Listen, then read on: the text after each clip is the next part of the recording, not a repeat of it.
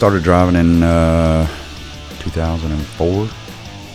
Started out with a dry van company out of Arkansas. Ran with them for about 3 years. And decided I didn't want to be one of those guys that just sat in the truck all the time and wasted away. So bumping docks and sitting around, and started looking at other options on the road. And I saw these flatbed guys at the truck stop all the time, and I was like, looks like a lot of work. I don't know if I want to do that. But started looking at companies and found ATS. And when my time was up with the other company, I dropped the truck off, got a rental, put all my stuff in it, was home on Friday, got on a bus on Saturday, and was in ATS up here in St. Cloud on Monday. Well, that's a nice quick turn time. Yeah. Yeah. So you're looking at 21 years of experience over the road now, right? Okay. So today we're going to be talking about all of those experiences and more, and we'll start with a little bit of the consensus of what's the industry out there like right now. What are the drivers experiencing? Right now, it's not so great. Yeah. Hasn't been great for a while now, right? Yeah, but it seems like things are getting a little better. I don't notice it as much. I never have any problem with general freight, generally anyway. Sure. If you just keep yourself in freight lanes and keep the truck moving. Yeah, I was going to say, what's the secret to that? Money. Yeah. Yeah, knowing where it's at. Don't sit and wait thinking you're going to get that golden load, because you might eventually. You sit there for 3 weeks, something may come up that pays real good, but then when you cut it down into a 3-week thing, you didn't make anything off of it. You can sit around and gripe because the rates aren't better, but they're not going to go up just because you're sitting there. That's true.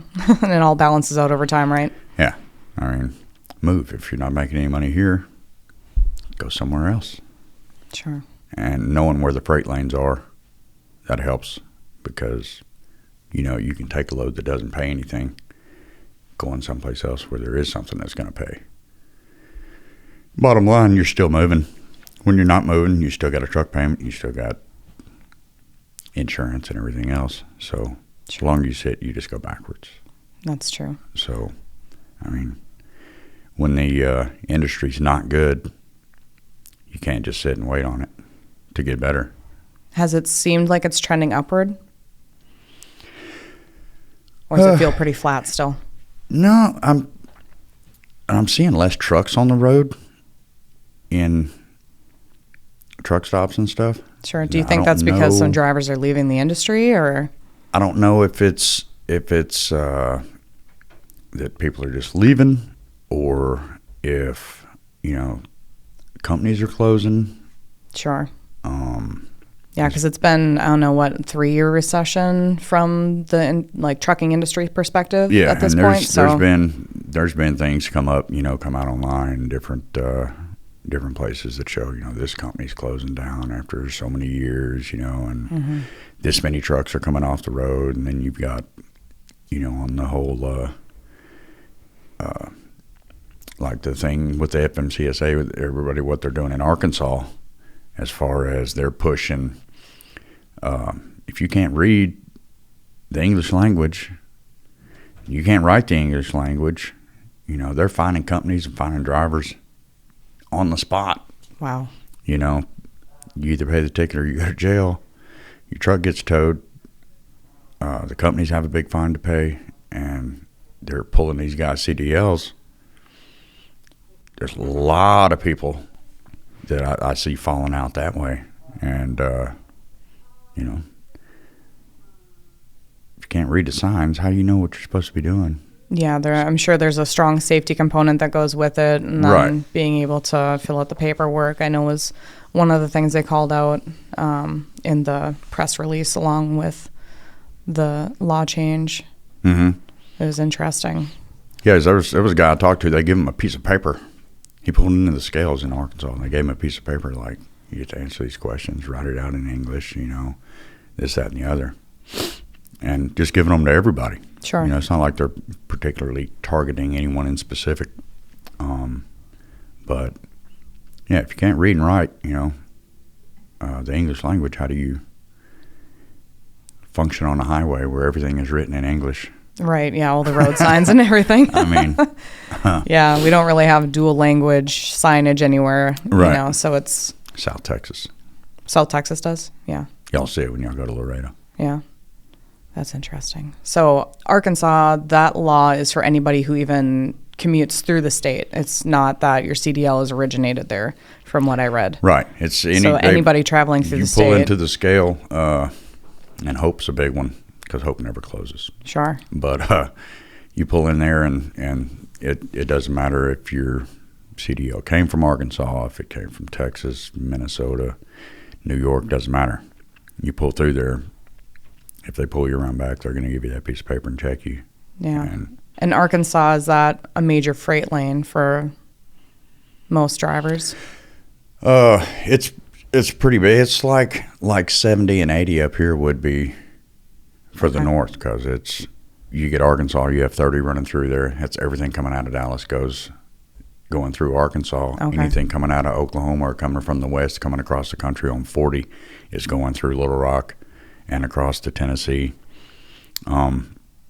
Most everything coming up from Texas, coming up to the north, you're going to go through, if you're not shooting straight up 35 through the Midwest corridor, anything going to the east is going to take 30 and 40. You're going to go through Arkansas. Yeah. So it's a pretty big trade route through there, especially for trucks. Yeah. Because I hate to drive through there personally because there's just so many trucks between. It's packed. And it's only 2 lanes each direction. So sure. I imagine then trying to find a spot to pull over at night is even more difficult then if there's that many trucks around. They have a lot on that route, 30 to Little Rock and then 40 from Little Rock over to West Memphis. There's a lot of truck stops through there. Oh, sure. Okay. But they still get packed because of how many trucks are actually on the road in the area. But Arkansas is not a really big state, so. Do we know when that goes into effect, or is it in effect already? They've been doing it for probably maybe a month and a half now, almost 2 months. Interesting. That'll be kind of crazy to see how that impacts the industry and the capacity going through those areas. Seems like it's pretty effective. Deterrent. and it happens, right. It's immediate. So yeah. Seeing the amount of trucks and parking spot availability and this, that, and the other has definitely been noticeable just over the past couple of months. Yeah, and I believe that another part of that bill that passed was any driver with a foreign domicile, so lives outside of the country, there's additional felonies that they can get charged with for not having their paperwork up to par. So if there's any inconsistencies in their paperwork or incorrect or false information, then they can also get charged with felonies, which can be then downgraded to a lesser felony if it is determined that they did have the right permits and stuff, but they didn't have them present at the time too. So it's not even just the English speaking aspect of it, but it's also making sure that all the paperwork and everything that they're running under is completely above right. the board. Well, I mean, you think about it, everything is federally regulated. So, yeah. I mean, all those documents are federal documents. And if they've got false information on them or this, that, and the other, it's a forged federal document. Yeah, it'll be crazy to see if more states end up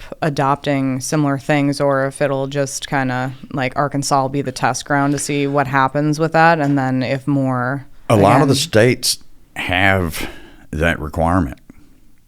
It's just before recently they weren't really pushing it and really enforcing that aspect of it. And but with the upswing of accidents and fatalities and this, that, and the other, and a lot of the drivers that are committing these problems, either being non-English speaking or like you say, all their documentation, everything not up to par.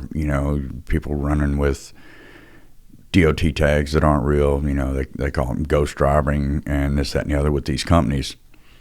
With that being a focal point lately, more of a regular occurrence, then I think they've started stepping up things. I think it started in Arkansas because they had a rash of incidents, and sure, DOT is we got to do something about it. It's just because I believe not safe. It passed like 82-0, so it was unanimous that they were passing this bill. So there had to have been some original, issues that were pretty prominent in order for them to, make it a priority, and that everybody agreed, which is rare, right? Especially in government nowadays. Getting anybody to agree on anything. Yeah. So let's switch gears a little bit and talk about your specific industries that you haul for. What have you seen within those industries lately? Or first, let's talk about what industries you do haul for. What are they? And then... Oops. No worries. So a little bit about the industries that you haul for right now and what you've been seeing there. Well, we've seen a lot of the equipment and stuff has taken a downtick, especially with like the John Deere stuff coming out of the Iowa and northern Illinois area with John Deere closing and moving their plants and stuff. So we don't haul near as much of that anymore. But everything else, it seems most of the stuff is, as far as equipment goes and everything, the general feel of everything is still, it's all still available. Does it seem like it's slowing down a little bit, a less movement? Well, that's hard to track, especially this time of year. Sure, because it's slow anyways. It's slow anyhow, so you never know. You expect to see it slow down anyways, but... Why is freight slower than this in the spring with construction? Well, you're coming out of winter and spring, and then you had, fourth quarter stuff. Everybody pushes to get everything done. The first quarter of the year is always going to be slow. For one, you're in winter time. It's not harvest season and this, that, and the other. It's summertime is when everything always picks up anyway. So it's usually after the first quarter, toward the end of the first quarter of the year when stuff's going to pick up. And with it being winter and you've got weather and spring weather and everything else, everything slows down. Sure. But it's been interesting as far as on the wind side of stuff, as far as the wind projects and everything. In my experience, it's not as normal to see projects starting as close to the first of the year as a lot of them have. There's 3 or 4 projects that are going on now that have been going on since the first of the year. Oh, interesting. Why is that? Don't know. People trying to get it in before wind starts to get slowed down, you think? I couldn't say. Everything on that side of the industry is just so hit or miss, and then a lot of moving parts. Yeah, there's a lot to it depending on which company you're working with, but having as many projects as I've seen going recently at the beginning of the year is kind of strange to me. Where are the projects based out of? I think most everything right now is coming out of Santa Teresa, New Mexico. Okay. So how does that come into New Mexico? We're usually coming out of Santa Teresa. You'll come out of New Mexico at the loading yard and go into Texas and then back into New Mexico and take the 25 up through Albuquerque and then back over. I know the two projects I was involved with, we were running up to Enid, Oklahoma, which is just north of Oklahoma City up there. And then the last one was going to Orlando, Oklahoma, which is just south of Enid. Okay. So Oklahoma's getting loaded up right now. Right. There's a lot of stuff going on with Oklahoma. Okay. And then I mean, they are known for their flat landscape, so and lots of wind. Sense. Yeah, and lots of wind. Lots of tornadoes, too. Yeah.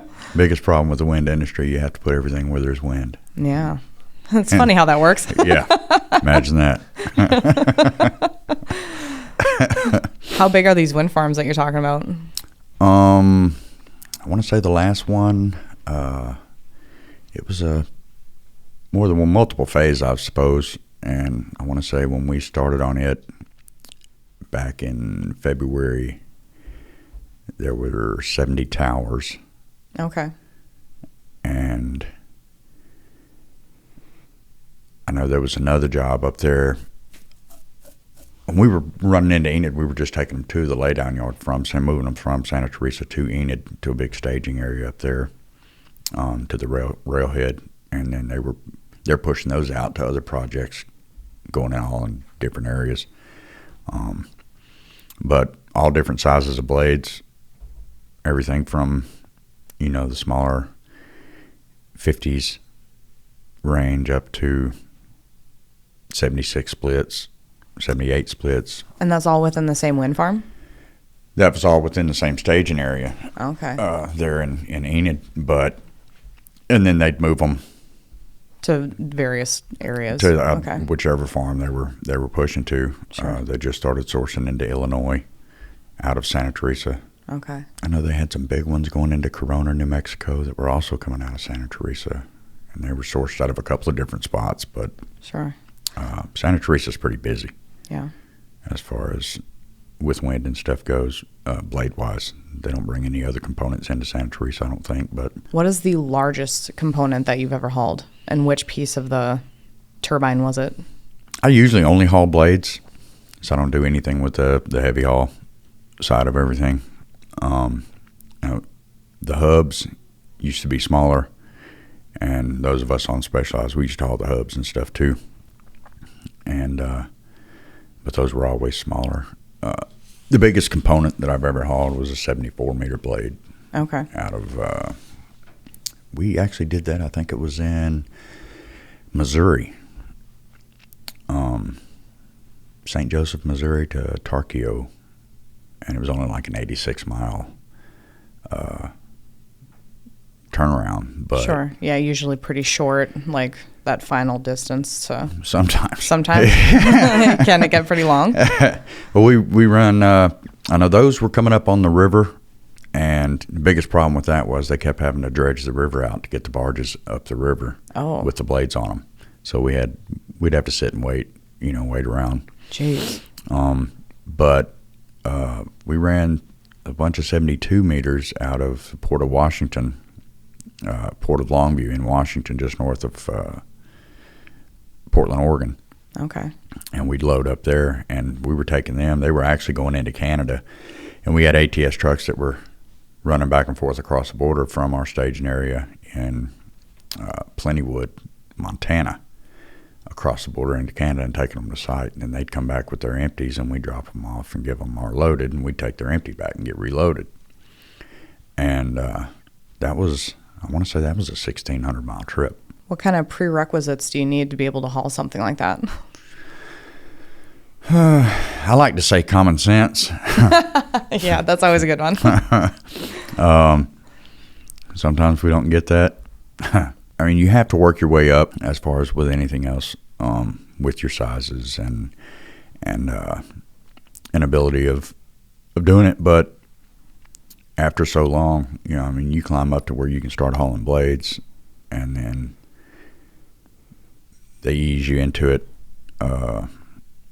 You have to go through the different trailer classes, as far as learning how the auto steer trailers work and all that, which is great. It teaches you about the trailer. As far as hauling a blade, it doesn't really prepare you for having that piece of equipment on your trailer. Mm-hmm. You get the sense for the length, but what a lot of people don't understand is you're having to look at 4 different aspects of that blade at the exact same time to figure out where it's going, because you've got a hump that sticks out on one side. You've got the overhang of the tail that hangs out the back 30 to 40 feet. Your over height the beam itself on the trailer, the way it's going to turn and all that. So you got to look at multiple angles when you're making the turns. Sure. And understanding how the trailer works definitely helps, because if you understand how the trailer works, you can put anything on it and move it in a way that piece isn't going to hit anything, but just being able to look at 4 different things at the same time and then listen to your steer car that's also telling you distances and everything else. It takes practice. I was going to say, there's a lot that goes into those route surveys, because even the ground clearance of the trailer, right? So if you have to go over even like the smallest railroad tracks, which seems like no big deal, if it's not positioned correctly when you go over that, you could bottom out and get stuck. Right. Which everybody's seen a couple of really bad videos on the internet of that happening. They look at the road crown. A lot of those guys that are hauling the tubes and all that, they have to look at the road crown, because the road crown in the road is a little humped. Yep. And a lot of places they can drag, going over and under things. They have to raise and lower the trailer. Doing turns, they have to raise the trailer up, get through the turn, lower the trailer back down. And so there's so many different places that you've got to be looking, when you're moving these kind of components. Slow and steady wins the race. Exactly. Yeah, you get in a hurry and you're not going to save yourself any time, because more than likely you're going to be sitting someplace for a whole lot longer. Sure. Something little goes wrong is a big deal on those moves. Doesn't take much. Yeah, and a blade's expensive. Yeah, they're not cheap. And then whatever you hit with them is usually not in good shape either. Yeah, I can't imagine. Yeah. So do you have any tips for, like, when it comes to working with, like, the customers that you work with on these wind moves? What do they do to best prepare for the transportation of these? Is there anything that you guys recommend that they do to make your lives easier when you're, trying to enact these complicated? It doesn't seem like they do anything to make our life easier. If they could, what would you want them to do? Oh, the biggest issue that we have, in my opinion, they want to rush and throw everything they can at something. And a lot of the companies, they're in the mindset that, oh, well, we need more pieces. We need more pieces. So put more trucks on it, move more stuff when you've already got trucks that aren't moving. So you throw more pieces and more people at it. So then you just have more stuff that's not moving. Sure. And so why is it not moving? Doesn't speed anything up. You get all kind of issues as far as you get a lot of trucks that are running on the same route with super loads. And sure, one way there and one way back, because the route is permitted and you don't have any other options. Exactly. And you've got more than one group that's using that route, because with super loads, you can only go so many different ways. And all that stuff going through a state, everybody's using the route. Parking comes into play. There's just not enough room for people, especially when you're, between 60 and 70 meters long. Trying to find somewhere to park, it's not easy to do. It's all limited, and you've got other components and other companies that are there. So it's hard to plan before you get there where you're going to go. Right, because, you have the crane companies on site that are waiting to unload everybody, and then you got to have blades and towers and everything stacked up, basically, like lined up along the road. We see a lot of pictures of that when everybody's just waiting for their turn to offload. Yeah, and the biggest thing with that is when you get to a site, the customer, where all these windmills and things are going in on their property, they're only going to give those companies that are in there that are making these roads and everything else, they're only going to give them so much room for, like, a staging area. Mm-hmm. So you're trying to coordinate, all these trucks coming in with all these different pieces, and they have to be unloaded a certain way. You've got to get certain pieces on certain pads. You got to have somewhere to consolidate them so that you can easily move them from there to the unload sites.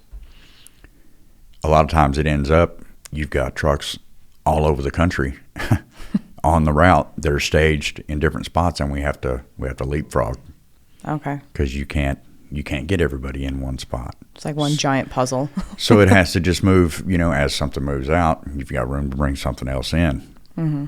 And then, of course, once you get on site, again, you got to put windmills where it's windy, and it's hard to unload them. Yeah, I suppose. You don't really think about that. You get the thing lifting off the trailer, and you get a nice 40-mile-an-hour wind. Oh, yeah. So, and it's meant to move in the wind. Mm-hmm. So I can imagine that's with a little all stressful. of it being new road and everything else, they're building these makeshift roads and short-term roads to get to these pads and such. It's like a new construction site. Well, if it rains, it gets wet, it gets nasty real quick, and then it takes a long time to dry out. So you can't move components in and out, and then you get trucks that are stacked up on top of each other. Yeah, and it's all dirt roads usually, right? Mm-hmm. Yeah, so then dirt turns to mud. Yes. And so you get pieces that are moved in, and they're having to sit and wait. And then on the back end, when the customer's looking at it, they're like, well, we're not getting enough stuff unloaded. We're not getting enough pieces in. Let's add more trucks. Sure. Where are you going to put them? All right. In the case like with Santa Teresa right now, if you've got 3 different blade projects, that are sourcing out of the same yard, that puts a big demand on the site coordinator. Well, that as well, but the place that's producing Sure. the blades and stuff that are coming up and coming across that we have to wait on. When you're sourcing so many projects out of the same area, yeah, it's not like they have them already pre-built and ready to go. You're waiting. So a lot of times, we'd get to Santa Teresa or something, and you have 4 or 5 sets of trucks that are sitting there waiting on blades to come across just to be available to load. Sure.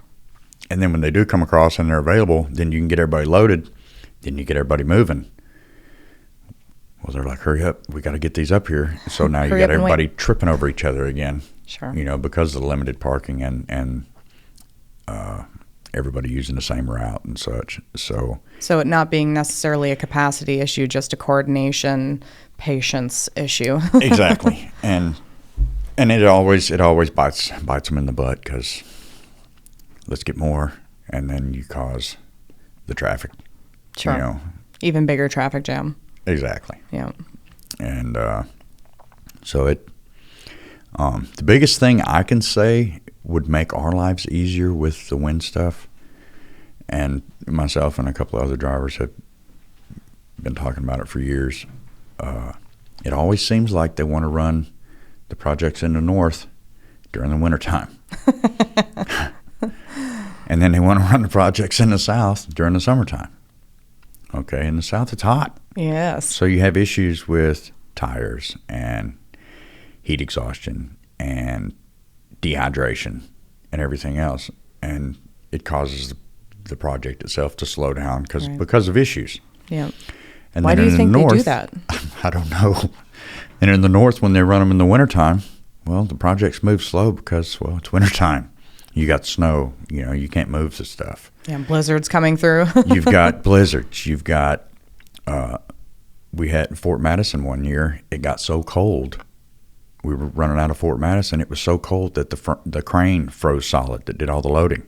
Oh, my gosh. We sat around for a week waiting for the crane to thaw out. When it thawed out enough for them to use it, the cables had gotten so brittle that the cable snapped when they tried to pick up the first piece. So then we had to wait again. This is so like one of our sarcastic things that we say all the time is trucking is the industry where anything that could go wrong will go wrong. It's the perfect example. Murphy's Law Yeah. definitely lives in the trucking industry. Yeah, and I mean you're at the mercy of so many different variable elements happening simultaneously. It's the craziest stuff happens in trucking, I swear. And it's nonstop. It's always all the time. So besides that, what's one of the craziest things that you've seen over the road that you can talk about safely? That's going to be a short one. Right. I saw a guy pull in one time. I was at a truck stop in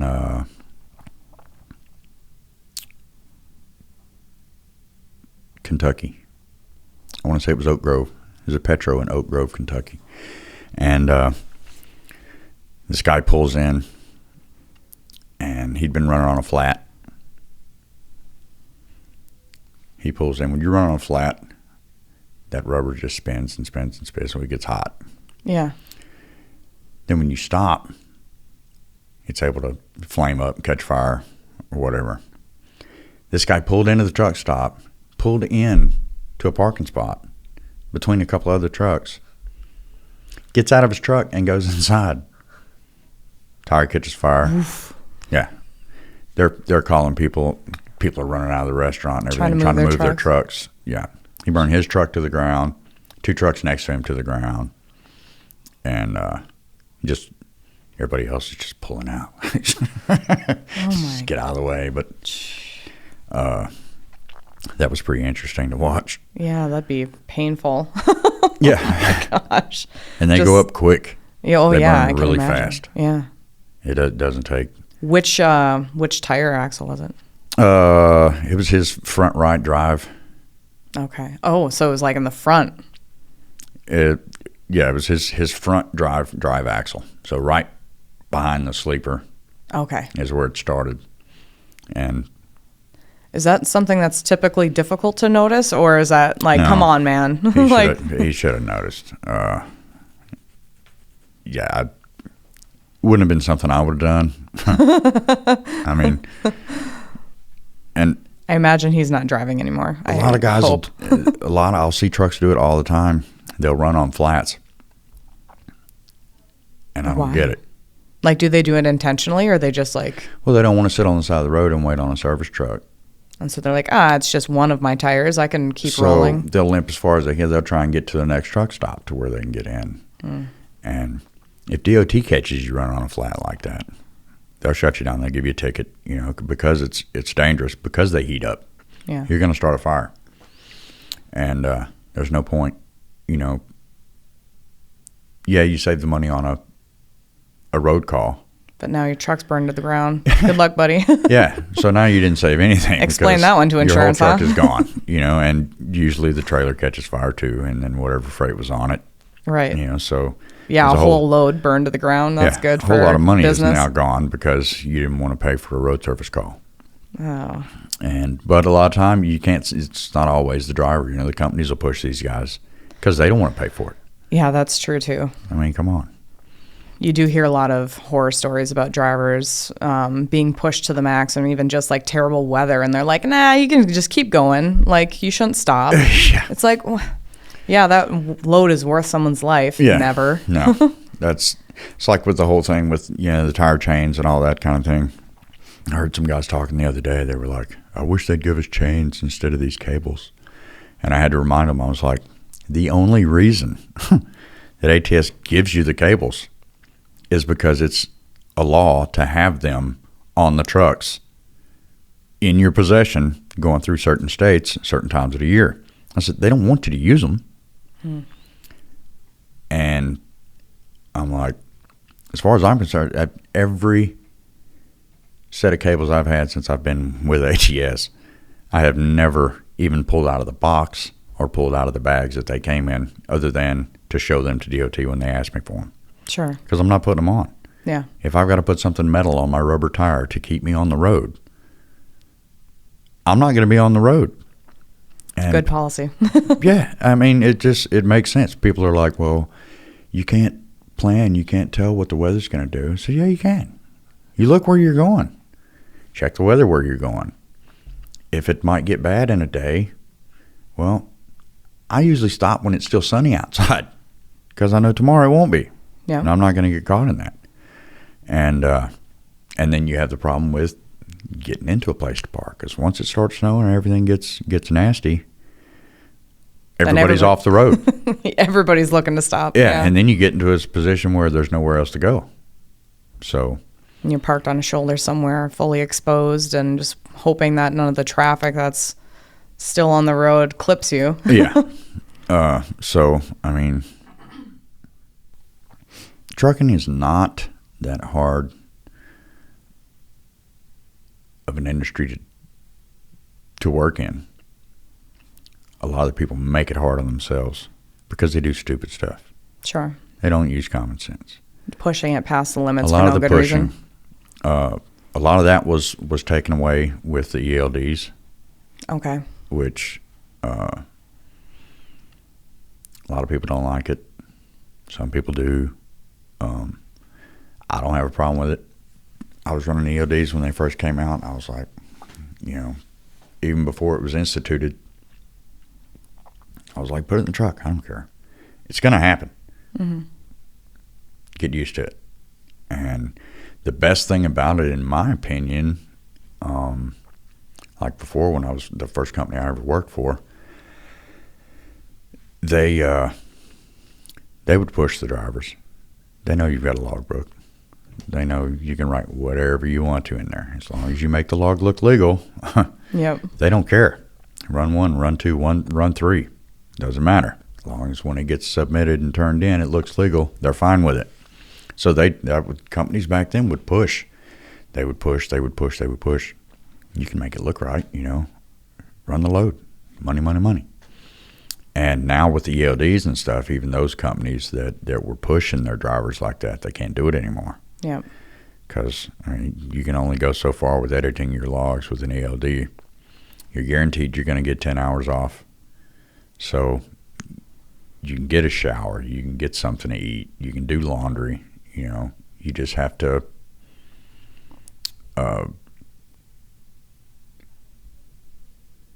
time manage. Yeah. A lot of guys are like, well, I run so hard, I can't even do laundry. I can't take a shower. What do you mean you can't take a shower? That's your choice. You had 10 hours. All right. Every day. Are you sleeping for 10 hours every day? No, you're not. What are you doing for 10 hours? Mm-hmm. How long does it take you to take a shower? About 20 minutes. Yeah. You still got 9.5 hours left before you get up and start a shift. That's plenty of time to be able to eat, get something to drink, get back in the truck, watch TV, whatever you want to do. Yeah. Put more of the control back in the driver's hands, essentially. Mm-hmm. At least for like the safety aspect of it. Right. Yeah. I mean, you're guaranteed that 10 hours no matter what. Mm-hmm. Before when the companies could push the people, make it look good on your logbook, but you only slept for 3 hours. And then they want you to run another 650, 700 miles. Sure. And so, yeah, I think the ELD was a good thing in that respect. You're guaranteed that 10 hours that you're going to be off duty no matter what. Right. Can't get around it. Well, now we're running into, situations where even the customers care because at the end of the day, their load is at risk, anytime there's an accident or something happens. And so customers, even when like salespeople are in the request for quote process, they're asking, what is your driver experience like? What kind of policies do you have as a company? Are you taking care of them? Because they care more now about that because it does eventually impact their bottom line too. They're actually seeing, yeah, that their freight and their product is being directly impacted by it. Yeah, absolutely. And I think it's been good all the way around. Have there been any other major shifts within the industry that are of note to you, I suppose, since you started in 2004? Shifts in what way? Just major changes. It could be technology. It could be policy. Since you started, is there anything that comes to mind besides like the ELD? Because that was a pretty big deal. That was a big deal. The technology, I mean, there's cameras everywhere. Oh, yeah. All the trucks now have cameras in them. I'm not a big fan of all the lane stuff and everything that's on the trucks. A lot of it needs to be calibrated. Other than the fact that a lot of the safety things on the trucks, as far as the side lane departure warning sensors and the side sensors, which I love, because they'll pick everything up from 10 foot behind the trailer to 10 foot in front of you. If there's anything in your right side, sure, it'll start squawking at you.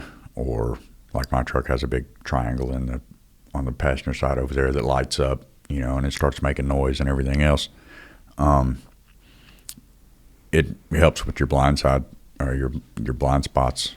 But as far as the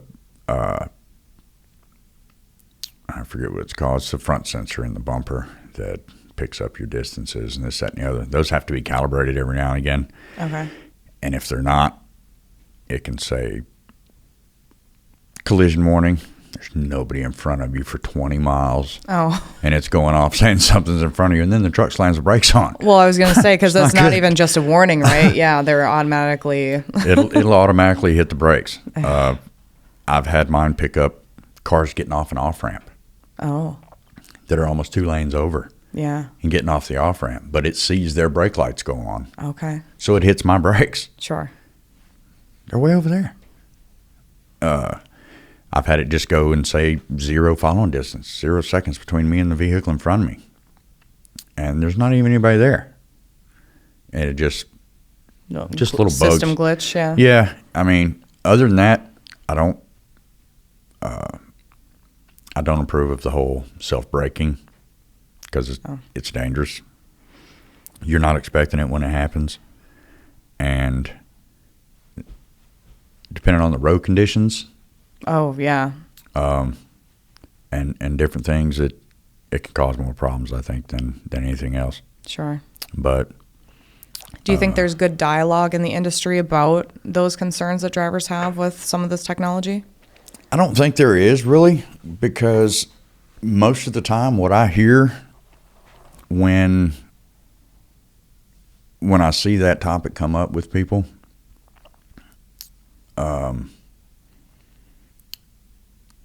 a lot of the times the companies just want to shrug it off and say, well, it's a safety thing. We got to have it for safety issues, or we got to have it for insurance purposes, or this, that, and the other. And there's a thing of being too safe. You throw too much safety stuff into a pot, you're going to cause problems and accidents and this, that, and the other. Just case in point, the self-braking, If you're not ready for that and all of a sudden your truck brakes on you at the wrong time, there's going to be a problem. Do you get any warning when it's going to do that? Nope. Like nothing on the screen or anything? Like, hey, we're about to slam the brakes on you? Nope. It just does it. Yeah. That'd be very startling. Yeah.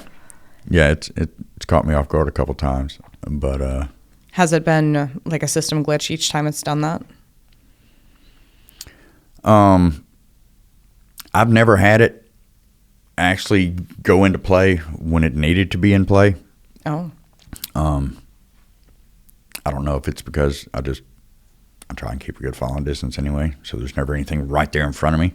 Mm-hmm. I've never had anybody cut me off, and I've had them cut me off like half a second in front of me. Sure. And it not do anything. But then again, driving down the road and somebody's getting off an off-ramp over here and the brake lights come on and it tries to shut me down. So I don't know. I don't like it. Yeah. I'm hoping with the advances in like the AI and the technology and stuff that'll get to be a lot smoother and a lot less glitchy. You would think so. Because how long have the cameras been in play? Well, the cameras have been around. Or like I guess those safety systems in general. Yeah, those safety systems they used to run with the cameras in the trucks, but you were getting one feedback from the camera and a different feedback from that, so they weren't syncing up. Oh. And so I don't think they're attached to those anymore, but I mean, you figure it's going to have to get better. Yeah. Everything when it comes out, technology, it's going to have glitches. It's going to have bugs. They're going to be big and bulky. I think it'll get smaller. It'll get more refined. But it always gets better. People keep tweaking it. The more we gripe about it. Right. Well, I mean, the more feedback that drivers can give, then that way people can't, ignore the, glitches and things that are concerning. So hopefully then they can pinpoint those and the manufacturers of the technology can, fine tune things as more, updated technology becomes available. So right. I think the best thing drivers can do is just let it be known. Just keep griping. Right. Exactly. Constructive criticism. Yeah, that's what it is. Right. All right. Well, Do you have any closing remarks that you want to share? It was a good conversation. We went through everything from technology and trucks to wind blades and a little bit of industry updates. So how are you feeling out there? Feeling optimistic? Yeah, I mean, you have to. Yeah. So, I mean, I'm just look forward to everything getting better. Keep the truck moving. Keep making money. Yeah. And, Is that the advice you'd give other drivers? yeah, definitely keep the truck moving. That's the only way you're going to make money. Yeah. Sitting in doesn't do it. That's very true. Yeah, they don't pay us for that.